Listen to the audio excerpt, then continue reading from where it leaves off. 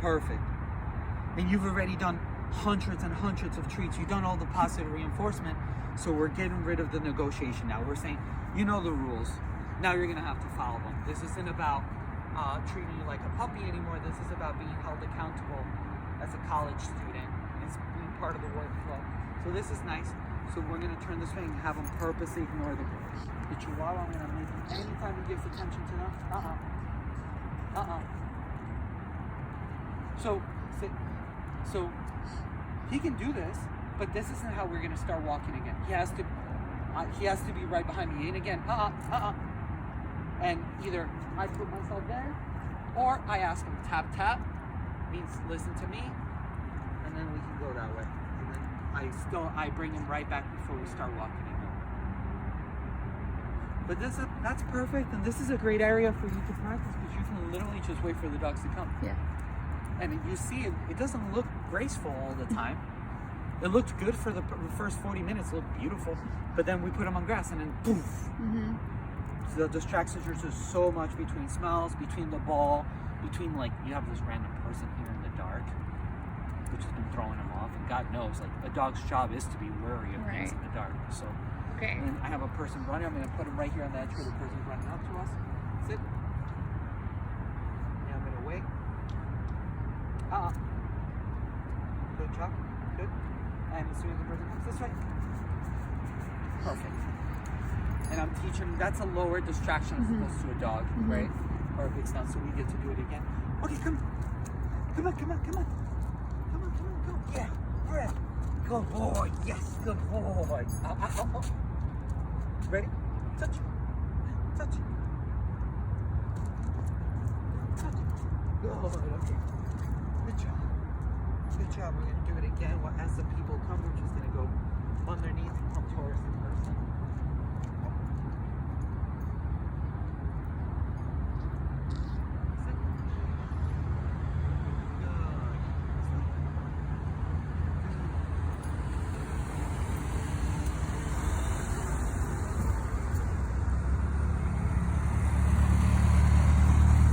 The most important part is that we only start moving when he's in my position. If I don't want to have to pull him behind me, it's easy. I can move right there and I can go, okay, this way.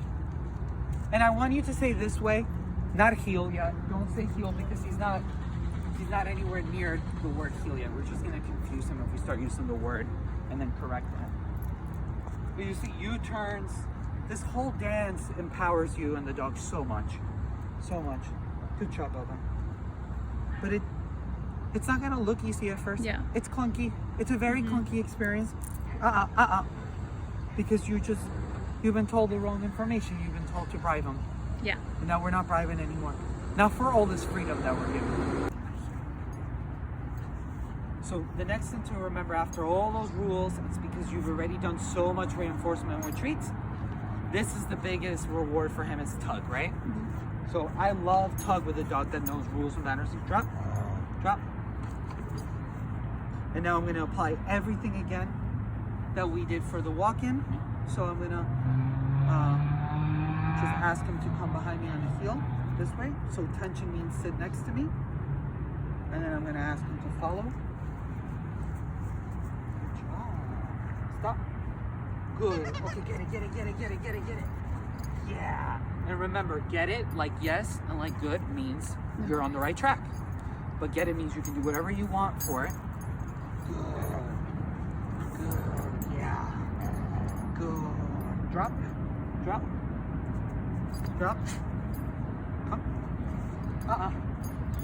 So good.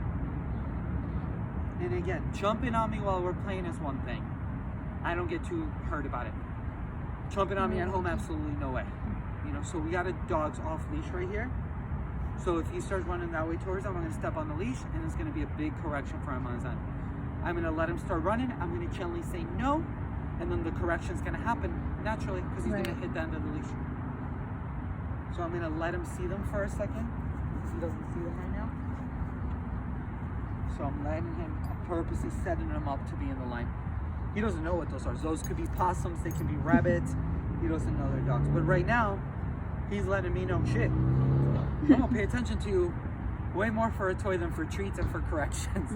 So your toy, thank God, is your highest reward, right? So, and remember, we want to do everything that we do, everything we practice with kibble. We're gonna now exchange the kibble. So I can go touch. Good. Get it. Yeah. Okay, drop. I know he doesn't know drop clearly, but I'm still saying it. Sit. And look at that. Now it looks so much easier as opposed to the correction, because we're using something that's so motivating and enrichment for his brain, and it empowers him to have a relationship with me. Okay, this way. And the same thing up here. U-turns. Lots of U-turns. Come on. Oh. And you see, it's like all the stuff we did with the leash and the prong is all now completely ingrained with him. But not for a correction, but for a reinforcement. Stop. Ready. Get it. Good job. And where am I rewarded? Behind me. Not in front of me. Not next to me. Just right behind me where we want the heel. And this stuff is great. If you don't like playing this stuff too much, you can play fetch. But this is really empowering for them, you know? Oh, good job. Okay, drop.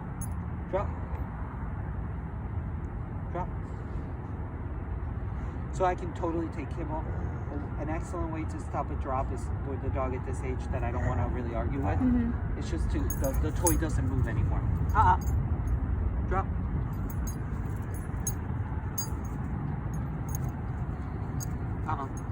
Good. Down. No. Down. No. Good. And I'm being fair. Like, we haven't practiced any of this ever. Never had him on the grass, and we had a person running behind us and 2 dogs off leash. So I'm being fair with the fact that I'm not going to overly correct them at all. It's not. At this point, why? Like, when there's still complete engagement with me, right? And then I'm going to give them. So I'm going to say it again, down, which means stay, right? You're not allowed to break it. Down. Make sure. Down. Walk around, right? The duration, the distance. Now we have another distraction behind you, walking up, running, and then I'm going to throw the reward and give them freedom for it. Okay, go get it. Yeah, and you see, we still got to work all that leash work without ever touching the leash. Yeah, good job. Now, since his drop command isn't excellent, I'm gonna go right up to his nose and give him kibble for dropping. What's this? Hey, stop. Good. What's this? Good. Sit. I'm gonna grab it, make him bite it, and then go drop and give him 1. I'm gonna grab it. Get it. Drop. Excellent. And that took nothing, right? Get it. No, oh my God, you're crazy. Oh my God, you're crazy. Yeah. You're a crazy dog. You're a crazy dog, yeah. Drop.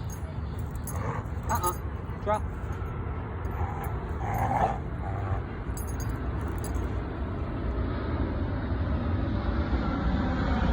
So.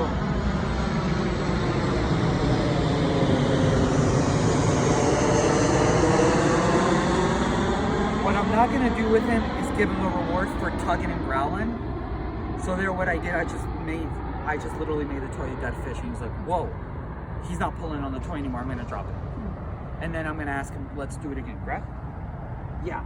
If I say drop, and he does it quickly, he can get a reward. If he's going to play a tug, when the thing dies in my hand, right, it just turns into a dead fish, then no, we don't get food if you're going to keep tugging. Get it. Yeah, come on. But it's so important for you to engage with him after all these new rules, because there's so many rules that we made him follow all the way on this walk to this place, that we have to at a certain point say to him, why are we doing all this? Okay. And then it's dead fish, and then I go, okay, drop. Good. He didn't automatically heal himself. So that's telling me he's learning. He's learning a lot from what you're doing when you're not around with me, right? So, this way. And again, it's not even treats that I'm giving him, it's just random kibble.